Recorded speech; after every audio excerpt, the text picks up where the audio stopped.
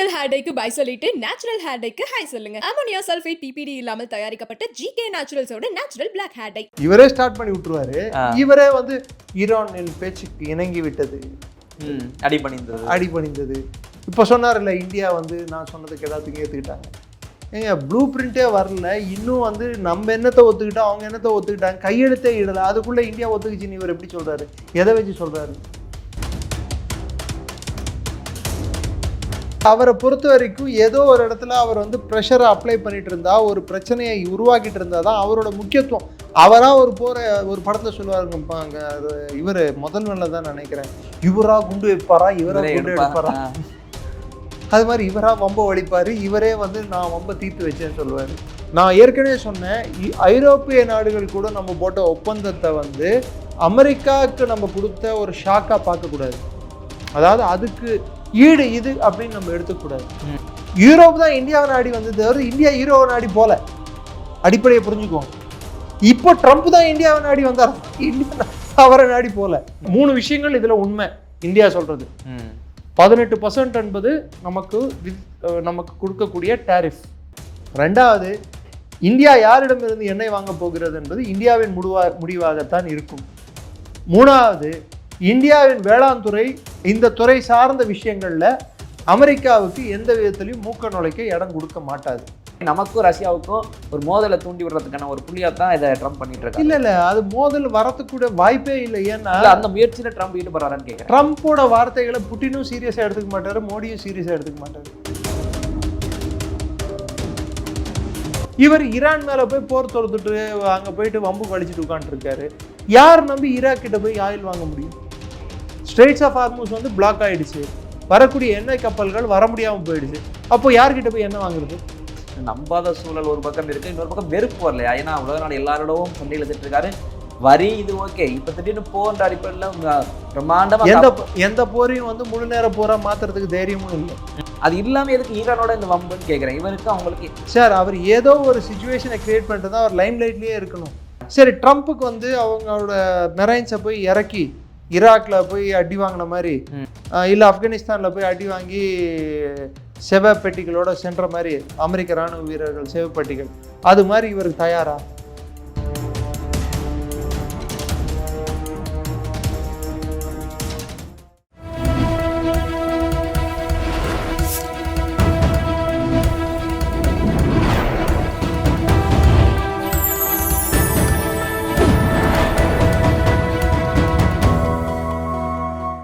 Channel 5 Tamil நேயர்களுக்கு வணக்கம்.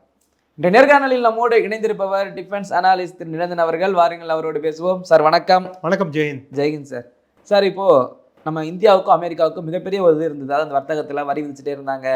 50 நாறு 100 நாறு 500 விதிப்பேன் அப்படின்னாரு. இப்போ திடீர்னு 10% கொண்டு வந்துட்டேன் அப்படின்னு ட்ரம்ப் அறிவிச்சிட்டாரு. அதே போல் இந்தியா அமெரிக்காவுக்கு 0% ஆக்கும் வரியை அப்படின்னு அவர் சொல்லிட்டு இருக்காரு. நம்ம தரப்புலேருந்து அப்படி எதுவும் சொல்ல கிடையாது. மோடி அப்படி 0% வரியை கொண்டு வரதுக்கு வாய்ப்பு இருக்கா? மோடியோட அஃபிஷியல் பிரதமரோட ட்வீட் என்னவா இருந்தது? இந்தியாவோட பொருட்களுக்கு அமெரிக்கா மார்க்கெட் 140 கோடி மக்களோட இதுக்கு ஒரு பிரேக் த்ரூ கிடச்சிருக்கு, நமக்கு 18% வரைக்கும் வரி இருக்கக்கூடும் அப்படின்றது தான் அவரோட மொத்த ட்வீட். அதாவது அவர் போட்டிருந்த பதிவு வந்து அதுதான் சொல்லுது. 2வது, நமது வெளியுறவுத்துறை அமைச்சகமாகட்டும் இல்லை வர்த்தக அமைச்சராகட்டும் என்ன சொல்லியிருக்காங்க, ரஷ்யாவிடம் இருந்து வாங்கக்கூடிய எண்ணெயை பற்றி ட்ரம்ப் சொல்லியிருந்ததை பற்றி என்ன, இந்தியாவின் நலன் கருதி, இந்திய மக்களின் நலன் கருதி நாம் முடிவுகளை எடுப்போம் அப்படின்னு சொல்லியிருக்காங்க. 2. 3வது விஷயம், எங்கேயாவது வந்து $500 பில்லியன் பொருட்களை இந்தியா வாங்கும் என்று எங்கேயாவது சொல்லியிருக்காங்களா? இல்லை. ஸோ ட்ரம்ப் போட்ட ட்வீட் வந்து அவரோட உள்நாட்டு மக்களுக்கு இத்தனை நாள் வந்து அவர் வந்து உச்சாணி கும்பல உட்காந்துக்கிட்டு அவர் சொல்கிறது தான் சட்டம், எல்லாரும் கேட்கணும்னு நினச்சிட்டு இருந்தார். நம்ம சரி ஓகே, நீங்கள் இருக்கிற ஸ்டைல்லையே இருங்க சார், நீங்கள் பண்ணுறதை பண்ணுங்கள் சார் அப்படின்னு சொல்லிட்டு நம்ம பாட்டுக்கு EU கிட்ட போய் டீல் சைன் பண்ணணும். அப்போ அவருக்கு உள்நாட்டு ப்ரெஷர் பில்டாக ஆரம்பிச்சிது. இது நடுவில் டெட் க்ரூஸ் பேசின பேச்சுக்கள், அதாவது அவங்களோட செனேட்டரு ட்ரம்ப் வந்து இந்தியா கூட டிலே பண்ணுறாரு, இது அமெரிக்க மக்களுக்கு தான் இது பெரிய பிரச்சனையாக மாறக்கூடும்னு சொல்கிற பேச்சு. வரக்கூடிய மிட் டர்ம் எலெக்ஷன்ஸ், அங்கே இப்போ தேர்தல் வரப்போகுது, 16 செனட் மெம்பர்ஸை தேர்ந்தெடுக்கக்கூடிய தேர்தல் வரப்போகுது. இந்த தேர்தலில் ட்ரம்ப்போட கட்சி வந்து கிட்டத்தட்ட 12 பேரை வந்து எதிர்கட்சி ஜெயிக்கக்கூடும், இவங்க 4 பேர் தான் ஜெயிக்கும். இது இப்படியே தொடர்ந்து இருந்தால் 16க்கு 16 தோற்றுருப்பார். காங்கிரஸ்லேயும் செனேட்லேயும் அவங்க பெரும்பான்மை இழந்துட்டாங்கன்னு நினச்சிக்கோங்க. நாளைக்கு ஆல்ரெடி பிரேசில் மேலே எடுத்துகிட்டு வந்தால் அவங்களோட பொருளாதார தடையை 50% ஏற்றுறேன், 60% ஏற்றுறேன், நான் 100% அதை வந்து அவங்க காங்கிரஸ் வந்து ஏற்றுக்கல. ஜனாதிபதி எடுத்துகிட்டு வந்த அந்த முடிவை அவங்க தள்ளுபடி பண்ணிடுச்சு. ஒரு பக்கம் சுப்ரீம் கோர்ட்டில் கேஸ் நடந்துகிட்ருக்கு. நாளைக்கு இந்தியாவுக்கும் இதே மாதிரி நடந்துச்சுன்னா அவர் எங்கே போய் அவர் ஒழிஞ்சிப்பார், என்ன பண்ணுவார், அவரோட நிலைமை என்ன ஆகும்? ஒரு அமெரிக்க ஜனாதிபதியாக இவ்வளோ பெரிய பின்னடைவை அவர் சந்திக்கணுமா? ரெண்டாவது EU டீல் சைன் பண்ண உடனே கிரீன்லாண்ட் என்ன பாச்சு? பேச்சே காணமே. சத்தம் கலந்துருச்சே. ஏன் இப்போ ஈரான் மேலே அவர் கான்சன்ட்ரேஷனை கொடுத்துட்ருக்காரு. மற்ற அண்டை நாடுகளாக ஈரானுக்கு இருக்கக்கூடிய அண்டை நாடுகள் எல்லாம் அவருக்கு சப்போர்ட் பண்ணிகிட்ருக்கா. அப்போ ஏன் சப்போர்ட் பண்ணல? ஏன்னா அவங்களோட எண்ணெய் வர்த்தகமும் பாதிக்கப்படும். அங்கே போர் வந்தால் குறிப்பிட்டு சவுதியோட எண்ணெய் வர்த்தகம், ஈராக்கோட எண்ணெய் வர்த்தகம் பாதிக்கப்படும். இந்தியா ஈராக் கிட்ட எண்ணெய் வாங்கணும் அப்படின்னு போச்சோன்னா அங்கே போர் இருந்தால் எப்படி எண்ணெய் கப்பல் வரும்? ஸ்ட்ரெயிட்ஸ் ஆஃப் ஹார்மூஸை தாண்டி வரத்துக்கான வாய்ப்பே இல்லை. இப்போது போன மாதம் வரைக்கும் $1.4 மில்லியன் அளவுக்கு 1.4 மில்லியன் பேரல் அளவுக்கு ரஷ்யா கிட்டேருந்து நம்ம எண்ணெய் வாங்கிட்டு இருந்தோம். இப்போ வந்து 8 லட்சம் பேரல்லேருந்து 10 லட்சம், அதாவது 1 மில்லியன் பேரல் அளவுக்கு நம்ம கச்சா எண்ணெயை வாங்கிட்டு இருக்கோம். அதாவது தோராயமாக பார்த்தா 7 லட்சம் பேரல்லேருந்து 5 லட்சம் பேரல் வந்து வெளியிலேருந்து நம்ம வாங்க முடியும். அது எதனாலன்னா ரஷ்யா வந்து தள்ளுபடி விலையில் நம்மளுக்கு கொடுத்துட்டு இருந்தது. அந்த தள்ளுபடி விலையானது இப்போது அந்த பர்சன்டேஜ் நம்மளுக்கு கிடைக்கிறது இல்லை. முன்ன கிட்டத்தட்ட 50% டிஸ்கவுண்ட்டு, 45% டிஸ்கவுண்ட் கிடச்சிட்டு இருந்தது. இப்போ 25%, 30% டிஸ்கவுண்ட்டாக கிடைக்குதுன்னா அப்போ நம்ம என்ன பண்ணுவோம்? அதோட பெட்டர் சோர்ஸ் ஏதாவது இருந்தால் பார்க்கலாம் அப்படின்னு சொல்லிட்டு போவோம். இது இயல்பு. அதுதான் நம்ம பண்ணுறோமே தவிர்த்து இவர் சொல்கிற மாதிரி வெனிசுவேலாலேருந்து எண்ணெய் வாங்கிக்கோ அப்படின்னு சொன்னால் இந்தியா ஒத்துக்குச்சுன்னு சொன்னால் வெனிசுவேலாலேருந்து நீயே எண்ணெயை வாங்குறதுக்கு உன்னோட செவரானும் எக்ஸானும் குவாண்டகோ பிலிப்ஸே ரெடியாக இல்லையே. ஏன்னா அங்கே இருக்கக்கூடிய ப்ரொடக்ஷனே வந்து எண்ணெய் இருக்குது, ஆனால் ப்ரொடக்ஷன் இல்லையே. ஒரு நாளைக்கு எவ்வளோ பேரல் அவங்களால ப்ரொடியூஸ் பண்ண முடியும்? மிஞ்சி போனால் 4 லட்சம் பேரல் மேலே ப்ரொடியூஸ் பண்ண முடியாத சூழல் இருக்குது. அவங்களோட மொத்த எண்ணெய் கட்டமைப்பே, அவங்க உற்பத்தி செய்கிற கட்டமைப்பே சீரழிஞ்சிருக்கு பொருளாதார தடையினால. அப்பேற்பட்ட சூழல்ல இந்தியா வந்து வெனிசுலா கிட்டேருந்து எப்படி எண்ணெய் வாங்கணும்னு இவர் அறிவிப்பாரு? எவ்வளோ பெரிய பொய் இது. இல்லை, அது அறிவிச்சா மட்டும் பரவாயில்லன்னு கூட வச்சுக்கலாம். ரஷ்யா கிட்ட இருந்து வாங்க மாட்டேன் அப்படின்ற மாதிரி அப்படி இந்தியா எங்கேயும் சொல்லலையே. சொன்ன மாதிரி இவர் சொல்றாரு. அதே மாதிரி ரஷ்யாவோட அரசாங்கம் அபிஷியலா கம்யூனிகே, அதாவது அவங்க கொடுத்துருக்கிற அறிக்கையிலையும் இந்தியா அப்படி ஒன்றும் சொல்லலை, நாங்களும் அப்படி ஒரு முடிவு எடுக்கலன்னு சொல்லியிருக்காங்களே. ட்ரம்ப்புக்கு இந்த 18% சைன் பண்ணுறதுக்கு முன்னாடி $60 பில்லியன் அளவுக்கான கேஸ் ஒப்பந்தத்தில் இந்தியாவும் ரஷ்யாவும் கையெழுத்திட்டாங்களே. அப்போது லிக்விடாக வாங்கினா சரி, கேஸாக வாங்கினா சரி, லிக்விடாக வாங்கினா தப்பு, கேஸாக வாங்கினா சரியா? இன்னும் சொல்ல போனால் இவரே வந்து யுக்ரைன் போர் வந்து கிட்டத்தட்ட முடிவு எட்டி விட்டது. சில வாரங்கள் தான் இருக்குன்னு சொல்கிறாங்க சிலர். ஏன்னா யுக்ரைன் வந்து இன்னைக்கு சண்டை புரிய நிலைமையில் இல்லை. டெய்லி பேசிஸில் புட்டின் வந்து யுக்ரைனை போட்டு மாதிரியாக தாக்கிட்டு இருக்காரு அவங்க நகரங்களை. ஸோ ஏதோ ஒரு வழியில் யுக்ரைன் வந்து விட்டு கொடுத்து தான் போகணுன்ற ஒரு சூழல் ஏற்பட்டிருக்கு. அடுத்த கட்ட பேச்சுவார்த்தையில் வந்து முடிவு எட்டப்படும். இன்னும் சொல்லப்போனால் ஜெலன்ஸ்கி மாஸ்கோவுக்கு செல்லக்கூடும் அப்படின்னு செய்திகள் கசிகின்றன.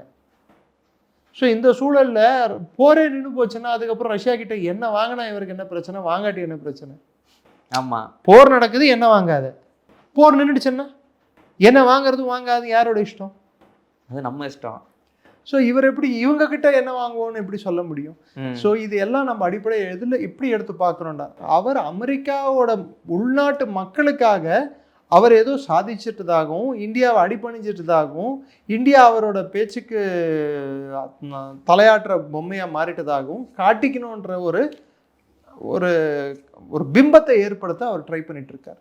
அவர் இப்படி சொல்கிறதுக்கு காரணம் அதாவது இந்த உக்ரைன் போர் நடந்துட்டு இருக்கு, இதை நம்ம எண்ணெய் வாங்கலைன்னா நம்ம எதிர்ப்பை காட்டுற மாதிரி, இந்தியாவும் தன்னுடைய எதிர்ப்பை காட்டிருச்சு ரஷ்யாவுக்குன்ற மாதிரி, நமக்கும் ரஷ்யாவுக்கும் ஒரு மோதலை தூண்டி விடுறதுக்கான ஒரு புள்ளியாக தான் இதை ட்ரம்ப் பண்ணிட்டு இருக்காரு. இல்ல அது மோதல் வரத்துக்கூட வாய்ப்பே இல்லை. ஏன்னா அந்த முயற்சியில ட்ரம்ப் ஈடுபடுறாரான்னு கேட்குறேன். ட்ரம்ப்போட வார்த்தைகளை புட்டினும் சீரியஸா எடுத்துக்க மாட்டாரு, மோடியும் சீரியஸா எடுத்துக்க மாட்டாரு. அமெரிக்காங்க உலக நாட்டில் சர்வாதிகாரி. சரி, நீங்க சொல்றது கரெக்டு தான். புட்டின் என்னை பார்த்து பயந்து விட்டார் அப்படின்னாரு. புட்டின் ஏதாவது பதில் பேசினாரா? மோடி வந்து கமின் கேட்டார், மோடி ஏதாவது பதில் பேசினாரா? இப்போ யார் ஃபோன் பண்ணா? யார் சார் ஃபோன் பண்ணா? ட்ரம்ப்பா மோடியா? சொல்லுங்க சார். ட்ரம்ப் தான். பின்ன இப்போ கமின் யார் கேட்டா? வெள்ளத்துறை தான்.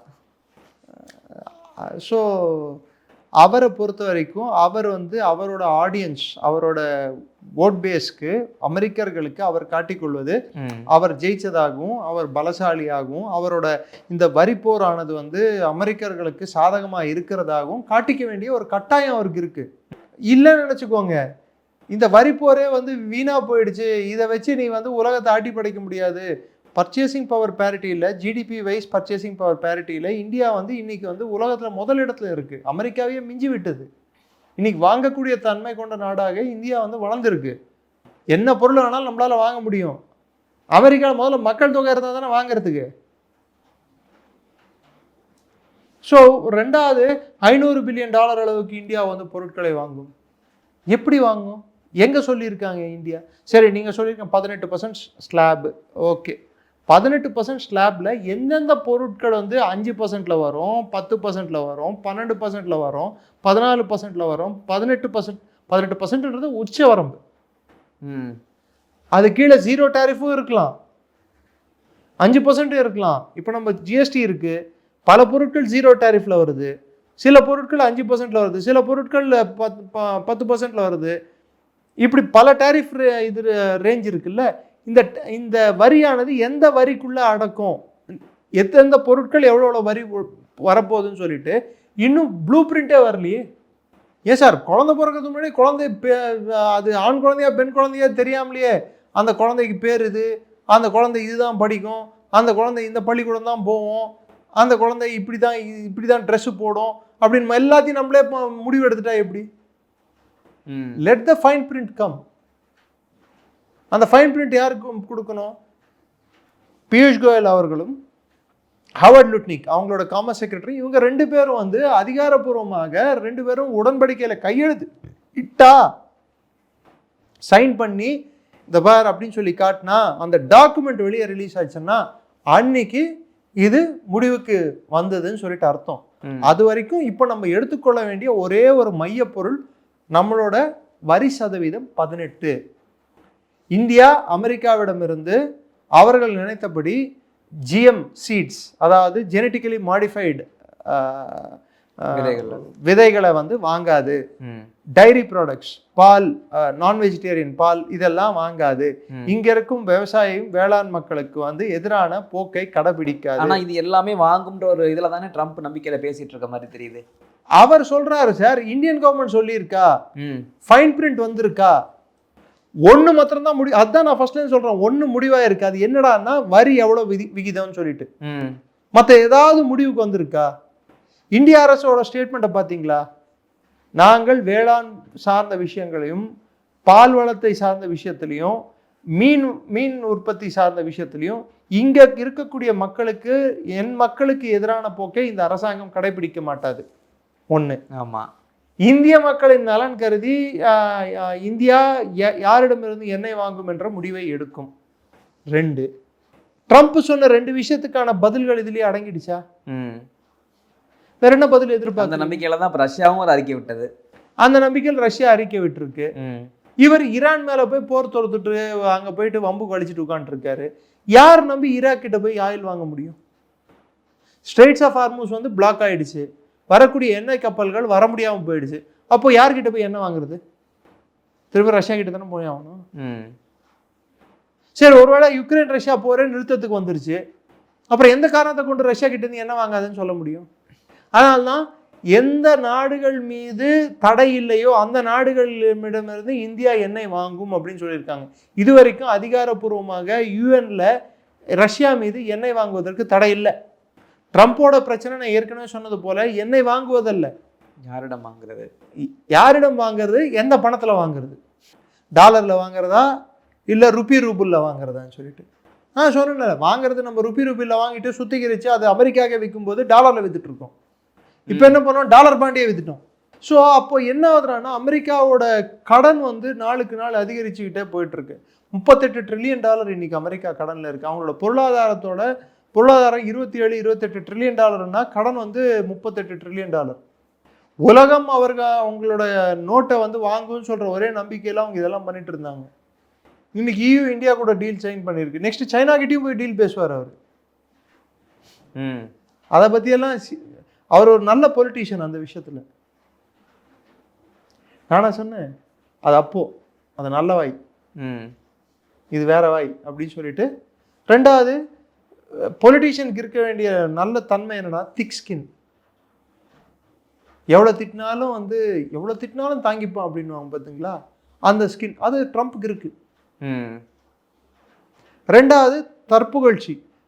இங்கே ட்ரம்ப்புக்கு வந்து எங்கே அவரோட போட்ட அஸ்திரங்கள் எல்லாம் வீணாய் போய்விட்டன அப்படின்னு சொல்கிறது எங்கடான்னா, அவரோட ஜென்ரல் டாக்டிக்ஸ், அவர் இயல்பாக அவர் யூஸ் பண்ணக்கூடிய அந்த ஒரு வழிமுறை என்னடான்னா, முதல்ல வந்து எதிராளியோட ஈகோ கிட்ட விளையாடுறது, அவங்கள உசுப்பேத்தி வம்பு கிழுத்து விளையாடுறது. இவர் ஒன்று பேச, அவங்க ஒன்று பேச, இவர் ஒன்று பேச, இப்படி ஒரு பேச்சு யுத்தமாக அதை ஃபஸ்ட்டு தொடக்கிறது. பேச்சு யுத்தமாக தொடங்கின பிற்பாடு அப்புறம் ப்ரெஷர் அப்ளை பண்ணுறது. நீ இது ஒத்துக்கல, உன் மேலே இது பண்ண போகிறேன், நான் இது பண்ண போகிறேன். அது உள்நாட்டில் வந்து அவர் அந்த தலைவர் மேலே ஒரு அழுத்தத்தை உண்டாக்கும். அப்படி அழுத்தத்தை உண்டாக்கிட்டு அதுக்கப்புறம் என்ன பண்ணுறது, சீக்கிரமாக டீலை சைன் பண்ணி, இல்லை உன் நாட்டில், ஏன்னா ட்விட்டரு, இன்ஸ்டாகிராமு, ஃபேஸ்புக்கு, வாட்ஸ்அப்பு இதெல்லாம் யார் கண்ட்ரோலில் இருக்கு? நெரேட்டிவ் யார் செட் பண்ணுறது? ஒரு அரசாங்கத்துக்கு எதிரான ஒரு விஷயத்தை பரப்புறதுக்கான எல்லா சாத்தியக்கூறும் எல்லா கருவிகளும் அமெரிக்கா கிட்ட டெக்னாலஜி வைஸ் இருக்கு. ஆமாம், அதை யூஸ் பண்ணி ப்ரெஷரை பில்ட் பண்ணுறது. இதெல்லாம் பண்ணா கூட சப்போஸ் ஆப்போசிட் சைடு, இப்போ நீங்கள் கேட்குற கேள்விக்கு நான் பதில் சொன்னால் பரவாயில்ல, நான் மௌனமாக இருந்தேன்னா எத்தனை நேரம் நீங்கள் கேள்வி கேட்பீங்க? கடுப்பாயிட மாட்டீங்க? கண்டிப்பாக. So Trump ego, pressure, speed, எதிராளியோட ஈகோவில் விளையாடிட்டு ப்ரெஷரை க்ரியேட் பண்ணுறது, ப்ரெஷரை க்ரியேட் பண்ணி ஸ்பீடாக வந்து அவங்கள அழுத்தம் போட்டு அந்த அழுத்தத்தினால அவங்கள கையெழுத்திட வைக்கிறது, அவருக்கு அடிப்பணி வைக்கிறது. இதுதான் அவரோட ஜென்ரல் டெக்னிக். மோடி பேசட்டும், பேசு, கம் ஸ்பீக் மீ அப்படின்வாரு. எதுக்கு? இதுக்கு தான் ஸ்பீக் மீ, யூ டெல் அப்படின்னு சொல்லாருல்ல. ஆனால் பிரைம் மினிஸ்டர் என்ன பண்ணாரு, புட்டின் என்ன பண்ணுறாரு, நீ பேசு ராஜா, பேசு, நீ மாத்திரம் பேசு, உலகத்துக்கே தெரியட்டும் நீ யாருன்னு சொல்லிட்டு. ஒரு கட்டத்தில் ட்ரம்ப் வந்து அவர் பேசுகிற பேச்சு அவங்க நாட்டு மக்களும் நம்பல, அவர் கட்சிக்காரங்களும் நம்பல, யாரும் நம்பாத சூழல் ஏற்பட்டுருச்சு. நம்பாத சூழல் ஒரு பக்கம் இருக்கு, இன்னொரு பக்கம் வெறுப்பு வரலையா? ஏன்னா உலக நாடு எல்லாரோடவும் சண்டையில் எடுத்துட்டு இருக்காரு. வரி இது ஓகே, இப்ப திடீர்னு போன்ற அடிப்படையில் பிரம்மாண்டமா எந்த போரையும் வந்து முழு நேர போரா மாத்துறதுக்கு தைரியமும் இல்லை. அது இல்லாம எதுக்கு ஈரானோட இந்த வம்புன்னு கேட்குறேன். இவருக்கு அவங்களுக்கு சார், அவர் ஏதோ ஒரு சிச்சுவேஷனை கிரியேட் பண்ணிட்டு தான் அவர் லைம் லைட்லேயே இருக்கணும். அவர் உள்நாட்டில் நடக்கிற பிரச்சனையை வந்து மக்களை மறக்கடிக்கணும்னா இது மாதிரி ஏதாவது ஒன்று சேட்டை பண்ணிகிட்டே இருக்கணும். கிரீன்லாண்ட் ஒரு சேட்டை, வெனிசுவேலா ஒரு சேட்டை, இப்போ ஈரான் ஒரு விளையாட்டு. சரி, ஈரான்ல இவ்வளவு தூரம் பிரச்சனை பண்றாரு, அவரோட நட்பு நாடுகளான கொத்தாரு, பஹ்ரைன், மற்ற நாடுகள் எல்லாம், சவுதி அரேபியா, UAE, அவங்க எல்லாம் என்ன சொல்றாங்க? பார்த்துருப்பாங்கல்ல, ரஷ்யா உக்ரைன் எல்லாம் தெளிவாயிட்டாங்கல்ல எல்லாரும். நீ வேணா, இந்த வம்பு வேணா, உற்று அப்படின்னு சொல்றாங்கல்ல. ஏன் சொல்றாங்க? ஏன்னா அந்த போர் மொத்த வளைகுடாவையே சூழ்ந்துரும். ஏன் இஸ்ரேலே வேணாம் சொல்றாங்க இல்ல? இது தேவையில்லை சாமி. அவன் போர்ல ஈடுபட்டது தெரியுமில்ல, அவனுக்கு அதோட வழி தெரியுது இல்ல. சரி, ட்ரம்ப்புக்கு வந்து அவங்களோட மெரைன்ஸை போய் இறக்கி ஈராக்ல போய் அடி வாங்கின மாதிரி, இல்லை ஆப்கானிஸ்தான்ல போய் அடி வாங்கி செவப்பெட்டிகளோட சென்ற மாதிரி அமெரிக்க இராணுவ வீரர்கள் செவப்பெட்டிகள், அது மாதிரி இவருக்கு தயாரா? அப்படி தயாரா இருந்தா இன்னும் மொத்த யூரோப்பு சேர்ந்து 50 இராணுவ வீரர்கள் அனுப்பியிருப்பாங்களா கிரீன்லாண்டுக்கு? அவங்க கூடயே சண்டை போட தயாரா இல்லை அவரு. புரியுதுங்களா? அவங்க கூடயும் சண்டை போட தயாரா இல்லை. வெனசுவேலால உள்நாட்டிலேயே வந்து மடோரோக்கு எதிராக சூழ்ச்சி நடந்ததால ஈஸியாக அவரால் பண்ண முடிஞ்சது. இது எல்லா இடத்துலையும் பலிக்கும்னா பலிக்காது. ஈரானில் வந்து அவருக்கு இருக்கிற ஆப்ஷன் வந்து லிமிட்டட் சார். என்ன ஆப்ஷன்னு நான் ஏற்கனவே உங்களுக்கு சொல்லிட்டேன். ஒன்று ஆட்சி மாற்றம் எடுத்துகிட்டு வரணும்னா அங்கே கிளர்ச்சியை உண்டாக்கணும், இல்லை அவங்களோட தலைமையை தாக்கணும், அதுவும் இல்லைன்னா அவங்களோட முழு நேரமாக அந்த நாட்டுக்குள்ளே இராணுவத்தை அனுப்பணும். அதுவும் இல்லைன்னா இன்னொரு ஆப்ஷன் அவங்களுக்கு என்ன இருக்குன்னு பார்த்தீங்கடான்னா அவங்களோட பொருளாதார ரீதியாக அவங்க மேலே அழுத்தத்தை எடுத்துகிட்டு வரணும். எதுக்குமே ஈரான் தான் நீ பண்ணுறாச்சா நான் பார்த்துக்கிறேன் அப்படின்னு சொல்லிட்டு உட்காந்துருக்காங்களே, முடியாது. அதுக்கு அண்டை நாடுகளும் அவருக்கு சப்போர்ட் இல்லை. ஸோ அவர் வந்து நிறைய டைவர்ஷன். நெக்ஸ்ட் என்ன பண்ணுவார், யூட்டர்ன் போட்டு சைனா பக்கம் திரும்பி போவார், டைவான் கிட்ட. பாருங்க, ஒரு படத்தில் சொல்லுவார், இளவு காத்த கிளி கதை சொல்லிட்டு வடிவேலு நெக்ஸ்ட்டு அப்படின்னு சொல்லிட்டு ஒரு ஃபோட்டோவை காட்டுவார், ஒரு ஹீரோயின் ஃபோட்டோ. அது மாதிரி தான் நெக்ஸ்ட்டு அப்படின்னு சொல்லிட்டு அவர் யூட்டர்ன் போட்டு போயிடுவார். இத்தனையும் தெரியாமல் தான் உலக நாடுகள் இருக்கா. நீங்கள் சொல்லும் போல ஈரானுடைய அண்டை நாடுகள் தெரிஞ்சு போச்சு. ரஷ்யா உக்ரைன் அமைதியாக இருந்த ஒரு நாடை இப்படித்தான் கிளப்பி விட்டு சண்டை போட்டு பல உயிர்கள் போய் அங்கே பலன் அடைஞ்சது யாரா அப்படின்னா கடைசி அமெரிக்கானுடைய ஆயுதங்களை இங்கே விற்க வச்சு அதை பலன் அடைஞ்சு அமெரிக்கா. இப்போ அதே போல தான் ஈரான் ரஷ்யாவும் பலன் அடைஞ்சுது. ஆமாம், ரஷ்யாவும் பலன் அடையுது.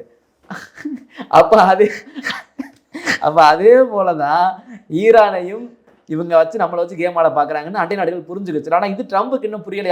எல்லாம் உஷாராயிட்டா நம்ம பப்பு வேகாதுன்னு புரியாம தான் இன்னும் ட்ரம்ப் சுற்றிக்கிட்டே இருக்காரு திரும்ப அங்கே ஈரானை வட்டம் அடிச்சுக்கிட்டு. இல்லைங்க, அவரை பொறுத்த வரைக்கும் ஏதோ ஒரு இடத்துல அவர் வந்து ப்ரெஷரை அப்ளை பண்ணிட்டு இருந்தா, ஒரு பிரச்சனையை உருவாக்கிட்டு இருந்தா தான் அவரோட முக்கியத்துவம். அவராக ஒரு படத்தில் சொல்லுவாருங்க, இவர் முதல்வனில் தான் நினைக்கிறேன், இவரா குண்டு வைப்பாரா இவரா குண்டு எடுப்பாரா, அது மாதிரி இவரா வம்ப வலிப்பாரு, இவரே வந்து நான் வம்ப தீர்த்து வச்சேன்னு சொல்லுவாரு. புரியல ஆட்டத்தை, இவரே ஸ்டார்ட் பண்ணி விட்டுருவாரு. இவரே வந்து ஈரான் என் பேச்சுக்கு இணங்கி விட்டது, அடிபணிந்தது. இப்போ சொன்னார்ல, இந்தியா வந்து நான் சொன்னதுக்கு எல்லாத்துக்கும் ஏற்றுக்கிட்டாங்க. ஏங்க ப்ளூ பிரிண்டே வரல, இன்னும் வந்து நம்ம என்னத்தை ஒத்துக்கிட்டோம் அவங்க என்னத்தை ஒத்துக்கிட்டாங்க, கையெழுத்தே இடலை. அதுக்குள்ளே இந்தியா ஒத்துக்குச்சின்னு இவர் எப்படி சொல்கிறாரு, எதை வச்சு சொல்கிறாரு? அதுக்குள்ளே இங்கே ஒரு கோஷ்டி வந்து இந்தியா வந்து எல்லாத்தையும் தொலைச்சிட்டு நிற்குது, சரண்டர் ஆகிடுச்சு. அவர் டெட் எக்கானமின்னா இவங்க டெட் எக்கானமின்றாங்க. அவர் இந்தியா அடிபணிந்ததுன்னா இவங்களும் அடிபணிந்தது. இவங்க இந்தியாவில் வந்து அரசியல் பண்ண இருக்கிறாங்களா இல்லை அமெரிக்காவில் அரசியல் பண்ணணுன்னு இருக்காங்களா எனக்கு தெரியல. இப்படி ஒரு கூட்டம் இந்தியாவுக்குள்ளே சுற்றிக்கிட்டு இருக்கு. நான் ஏற்கனவே சொன்னேன், ஐரோப்பிய நாடுகள் கூட நம்ம போட்ட ஒப்பந்தத்தை வந்து அமெரிக்காவுக்கு நம்ம கொடுத்த ஒரு ஷாக்காக பார்க்கக்கூடாது. அதாவது அதுக்கு ஈடு இது அப்படின்னு நம்ம எடுத்துக்கூடாது. பட் அமெரிக்காவுக்கு வந்து அது புரிஞ்சிருச்சு. நம்ம கம்பேர் பண்ணல, எப்பயுமே நம்ம சொல்லலை இது அமெரிக்காவுக்கு தக்க பதிலடி. நீங்கள் வேணும்னா சேனலில் போட்டுக்கலாம், ட்ரம்ப்புக்கு அடித்த சாவுமணி, ட்ரம்ப்புக்கு அடித்த அடி, தூக்கி போட்டு மிதித்தார்கள் ட்ரம்ப்பை அப்படின்னு நீங்கள் என்ன வேணாலும் போட்டுக்கலாம். பட் ஒரு நாடு இன்னொரு நாடு கூட போடுற அக்ரிமெண்ட் இன்னொரு நாட்டை பாதிக்கும்ன்றது வந்து அதோட அளவுகோல் என்னன்னு சொல்றது முதல்ல நம்ம புரிஞ்சுக்கணும். அவர் ஆல்ரெடி யூரோப்பை பாதிச்சிட்டாரு. யூரோப் தான் இந்தியாவை நாடி வந்தது, இந்தியா யூரோவை நாடி போல. அடிப்படையை புரிஞ்சுக்குவோம். இப்போ ட்ரம்ப் தான் இந்தியாவை நாடி வந்தார், இந்தியா அவரை நாடி போல. அடிப்படை தத்துவத்தை புரிஞ்சுக்குவாங்க. ஸோ அவங்க ஆனால் கீழே விழுந்தாலும் மீசையில மண் ஓட்டலன்னு சொல்லிட்டு, ஆஃப்கோர்ஸ் ட்ரம்ப்புக்கு மீசை இல்லை, அது வேற கதை. மண் ஓட்டலன்னு சொல்லிட்டு அவர் காட்டிக்கணும். இல்லாத போர்களை முடித்து வைத்ததாகவும் ஆல்ரெடி முடிஞ்சு போன போர்களை வந்து திரும்பி இவரை கலப்பி விட்டது, இல்லை நடக்கிற போரை வந்து முடிக்காமலேயே முடிச்சுட்டேன்னு அறிவிச்சது, இவருக்கு சம்மந்தமே இல்லாத போரில் இவராக வந்து நான் தான் பஞ்சாயத்து பண்ணேன்னு சொல்றது, இன்னும் ப்ளூ பிரிண்டே வராமல் இன்னும் உடன்படிக்கையே எட்டாமல் உங்களுக்கும் எனக்கு என்ன சார், இப்போ நான் இன்டர்வியூக்கு வரேன் சார், நீங்கள் 2:45 2:30 மணிக்கு இன்டர்வியூக்கு வாங்க, இதுதானே நமக்குள்ளே பேசிக்கிறோம். ஆமாம், இன்டர்வியூக்கு வரேன், இன்டர்வியூக்கு வரதுக்கு முன்னாடியே நான் இது பேசிட்டேன், நீங்கள் இது பேசிட்டீங்க, நான் இது பண்ணிட்டேன், அது எல்லாமே பேசி முடிச்சு அப்போது இன்டர்வியூ முடிஞ்சு போச்சுன்னு அர்த்தமா? அது இங்கே தானே வந்து ஆரம்பிக்கிறோம். ஸோ டீலே சைன் பண்ணாமல் டீல் முடிஞ்சு போச்சுன்னு எப்படி ட்ரம்ப் சொல்லுவார்? அதை எப்படி நீங்கள் ஏற்றுப்பீங்க? வெயிட், கிரிக்கெட்டில் லாஸ்ட் பால் போடுற வரைக்கும் மேட்ச் ஓவர் இல்லை சார். ஆமாம். வெயிட் பண்ணுங்க சார். ம். So deal is not yet done. ஒரு விஷயம் 3 விஷயங்கள் இதில் உண்மை இந்தியா சொல்கிறது. ம். 18% என்பது நமக்கு கொடுக்கக்கூடிய டேரிஃப், அது நம்மளுக்கு கொடுக்கக்கூடிய வரி என்பது 18% வரைக்கும் இருக்கும். ம். ரெண்டாவது, இந்தியா யாரிடமிருந்து எண்ணெய் வாங்க போகிறது என்பது இந்தியாவின் முடிவாகத்தான் இருக்கும். மூணாவது, இந்தியாவின் வேளாண் துறை ப்ளஸ் பால்வளத்துறை ப்ளஸ் மீன்கள், இந்த துறை சார்ந்த விஷயங்களில் அமெரிக்காவுக்கு எந்த விதத்திலையும் மூக்க நுழைக்க இடம் கொடுக்க மாட்டாது. இந்த 3 விஷயத்தில் இந்தியா திட்டவட்டமாக அவங்களோட கொள்கை முடிவை அறிவிச்சிருச்சு. இதுக்கு மேலே எண்ணெய் வாங்குற விஷயத்தையும் இன்னொரு புள்ளியும் வச்சுட்டாங்க. இக்குன்னு ஒரு புள்ளியை வச்சுருக்காங்க. எந்த நாடுகள் மீது தடை இல்லையோ தடையில்லாத நாடுகள் மீது இருந்து எண்ணெய் வாங்குவதை இந்தியா என்றுமே செய்து கொண்டு இருக்கும். ரஷ்யா மீது நீ தடை போடுறா, நான் எண்ணெய் வாங்குறதை நிறுத்துறேன்டா அப்படின்னு அர்த்தம். அது அட்ரஸ் கால் டிப்ளமேட்டிக் லாங்குவேஜ். புரியாதவங்களுக்கு நான் என்ன பண்ணி புரிய வைக்கிறது? நான் உங்களுடைய பல்வேறு கேள்விகளுக்கு உங்கள் நேரத்தை ஒதுக்கி பதில் தமைக்கு ரொம்ப நன்றி சார். தொடர்ந்து பேசுவோம். நன்றி, வணக்கம்.